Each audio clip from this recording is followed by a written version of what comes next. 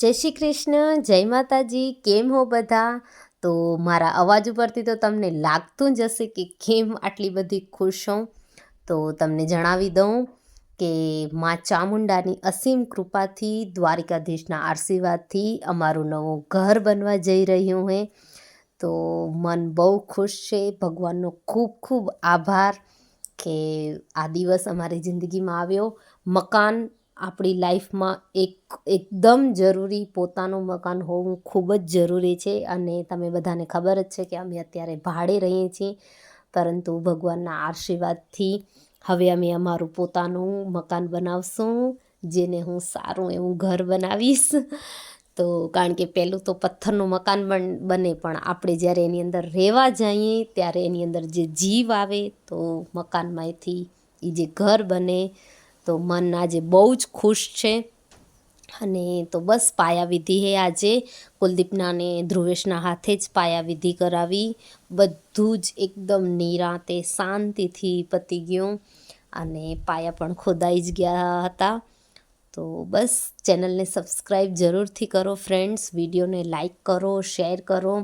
કમેન્ટમાં જરૂરથી જણાવો કે તમે શું જોવા માંગો છો. તમને અમારી જિંદગી, ગામડાની જે જિંદગી છે તો તમને કેવી લાગે છે.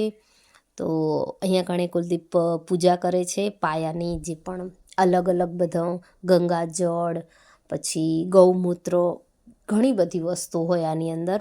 તો એ દરેક વસ્તુથી મહારાજે બહુ મસ્ત પૂજા કરાવી ને આખી વિધિ કરી, જેથી ભગવાનના આશીર્વાદ હંમેશા બન્યા રહે આપણા માથે.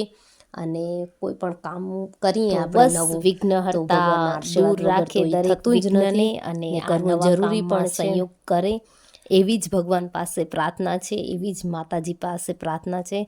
અને સારું એવું જેવું અમે વિચાર્યું છે એવું અમારું સપનાનું ઘર બની જાય. બાકી તો ઈશ્વર જે પણ દે છે એમાં જ આપણે હંમેશા ખુશ રહેવું જોઈએ. મારું તો એ જ પહેલેથી માનવું છે. તો ફ્રેન્ડ્સ, જરૂરથી કમેન્ટમાં જણાવજો કે તમને વિડીયો કેવો લાગ્યો. અને ઘરની દરેક અપડેટ હું તમારી સાથે શેર કરતી રહીશ. તો ચેનલને સબસ્ક્રાઈબ જરૂરથી કરી દેજો.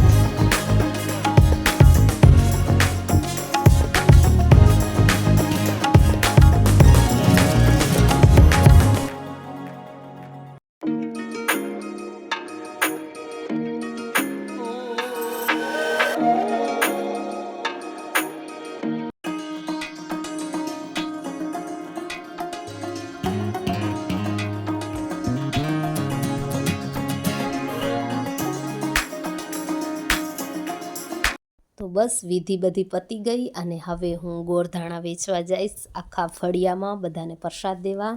તો હવે આપણે મા દીકરો જાશું પ્રસાદી વેચવા. કહેતા તું બોલો જય શ્રી કૃષ્ણ. જય શ્રી કૃષ્ણ.